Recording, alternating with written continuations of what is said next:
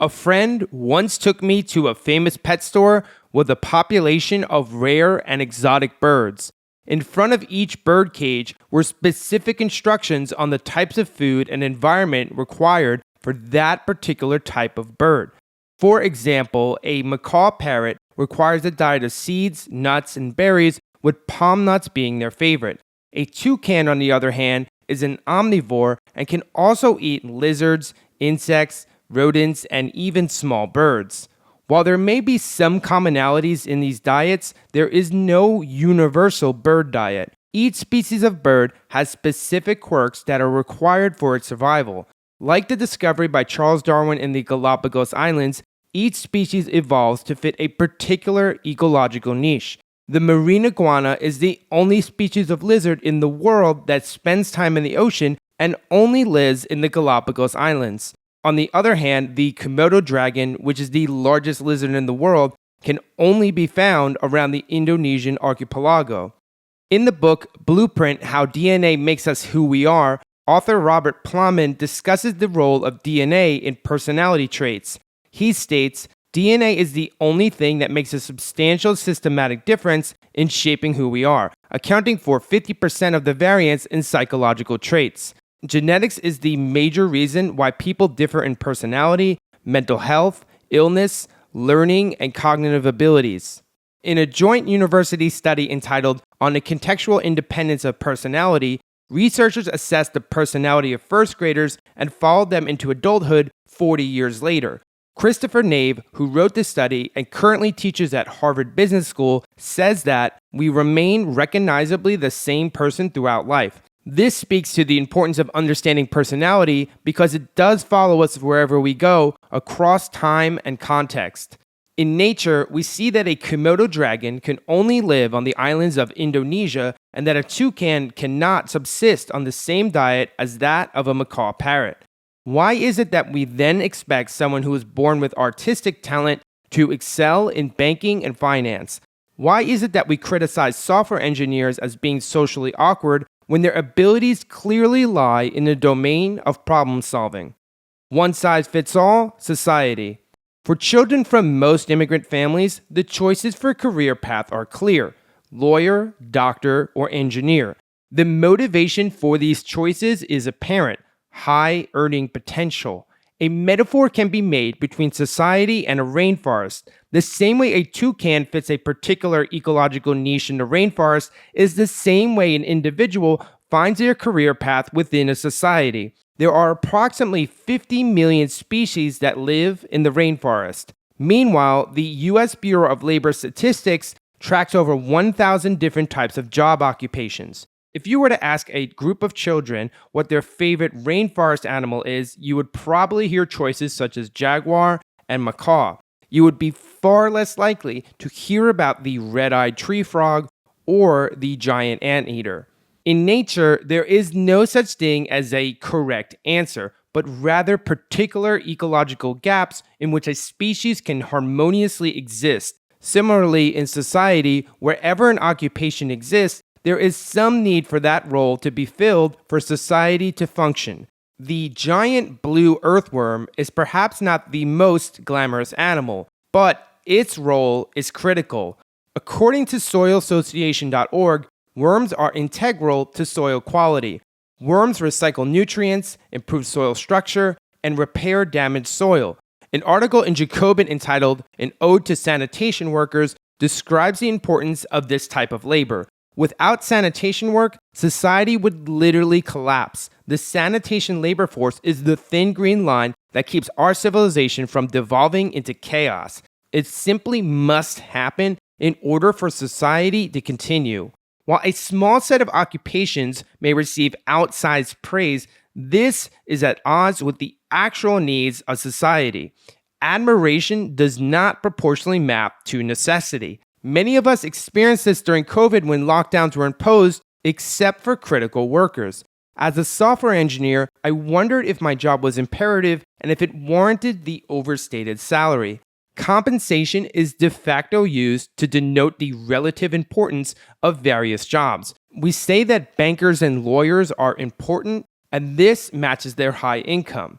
But are these mappings the results of physical constraints, or are they strongly influenced by cultural constructs? Why are people different? Going back to the correlation of genetics and personality, personality groups are a type of evolved mechanism. As we know from evolution, genes that exist were selected for fitness in the past. This means that if a personality trait currently exists, it was at one point advantageous for survival and reproduction. This is the core premise of evolutionary psychology, as was discussed in the video, Dating is a Dirty Game. Why would someone evolve the personality traits that make them suitable to be a sanitation worker? Shouldn't everyone converge to become some type of super genius doctor, banker, or engineer while all other personality types go extinct? This is the same question as asking, why do worms exist? The answer is that where there is a space, there is an opportunity. If every animal tried to evolve to become a jaguar, all other species would be hunted to extinction, the jaguars would then starve to death, and every animal would be dead. Relative to competing with jaguars for a hunt, worms have a wide open space for survival and reproduction by tilling the soil. In society, people pay the most attention to those who are closest in socioeconomic proximity. While two male bankers try to one-up each other with their year-end bonuses to impress their female colleague, somewhere in the world, a bartender and a waiter get together blissfully unaware of the world of finance. A good friend of mine is a therapist, which is the same occupation as his fiancée. When I took a look at the astrology chart of their newly born child, it seemed pretty clear to me that their child would also one day become a therapist. Those who are closest in socioeconomic proximity are the people who are most romantically relevant. These are the people we are most likely to have a family with. There is no one else like you. Every human being has a unique fingerprint. Even identical twins do not have the same fingerprint. According to a geneticist on the tech.org, there is close to an infinite number of combinations of human DNA. While some people may be very similar, every human being is technically unique. This means that not only is there no one alive today who is an identical copy of you, but there is no one in all of human history who is exactly the same. Even though there may be a finite number of occupations, what each person brings to that occupation will always be different. Similar to ecology, each species of person is suited to some environments and not to others. While a rat can thrive in the tight spaces of a sewer, this would be no place for a macaw parrot. Logically, it follows that for each person, there will be environments in which they flourish, but others in which they lag. Generally, it is not easy for someone to accept that there are places in which they will do well, while there are others in which they will not. Self-awareness is knowing in detail how oneself is different than others, while self-acceptance is cooperating with those differences instead of acting with resistance. If you think of every person like a unique puzzle piece, then it would follow that they would fit best into a particular context. The marine iguana is an amazing creature, but it can only live in the Galapagos Islands. Finding out where this puzzle piece fits best can take a lifetime. This is the primary aim of the spiritual path. Spirituality and self-actualization. The famous Maslow's hierarchy of needs positions basic needs such as food and water at the base of the pyramid while putting morality, creativity, and problem solving at the pinnacle. The top of the pyramid is called self-actualization, which positivepsychology.com describes as the process of realizing and fulfilling one's potential, leading to a more meaningful life. For someone to fulfill their potential, it stands to reason that they would have to find the best match environment for their makeup. For instance, if a fish wanted to use its genetic gifts of a fin and tail, then it would need to find a body of water. Personality qualities that at first glance seem like liabilities, when applied properly, could be the very things that enable success. In the book, The Gift of Adult ADD, the author describes career paths that are uniquely suited to someone with ADD, such as a firefighter or a salesperson. Paul Orfalea is the founder of the copy print service Kinkos. Orfalea's net worth currently stands at $1 billion. Orfalea has been open about his diagnosis of ADD. He says that, with ADD, you're curious. Your eyes believe what they see. Your ears believe what others say. I learned to trust my eyes. Abraham Lincoln led the United States through one of the most transformational times in history during the Civil War. A lesser known fact about Lincoln is that he displayed symptoms of clinical depression. According to The Atlantic, Abraham Lincoln fought clinical depression all his life, and if he were alive today, his condition would be treated as a character issue. That is, as a political liability.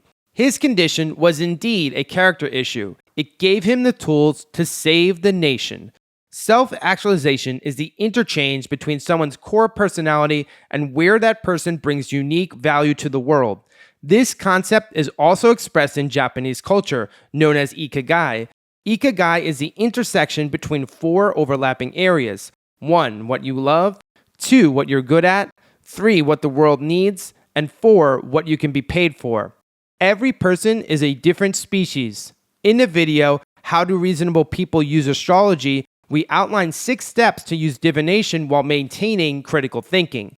While astrology can sometimes get mixed results predicting the future, it is an incredible tool for diagnosing personality. According to one Redditor's calculations, there are about 13 octillion possible natal charts, which is practically infinity. This means that the unique idiosyncrasies of each person has the ability to be reflected in the astrology chart. When I sit with a client, the area in which I'm most effective is assisting them to visualize themselves more clearly. This may seem like a trivial matter, but by definition, self-actualization can only occur where someone's true form meets the world.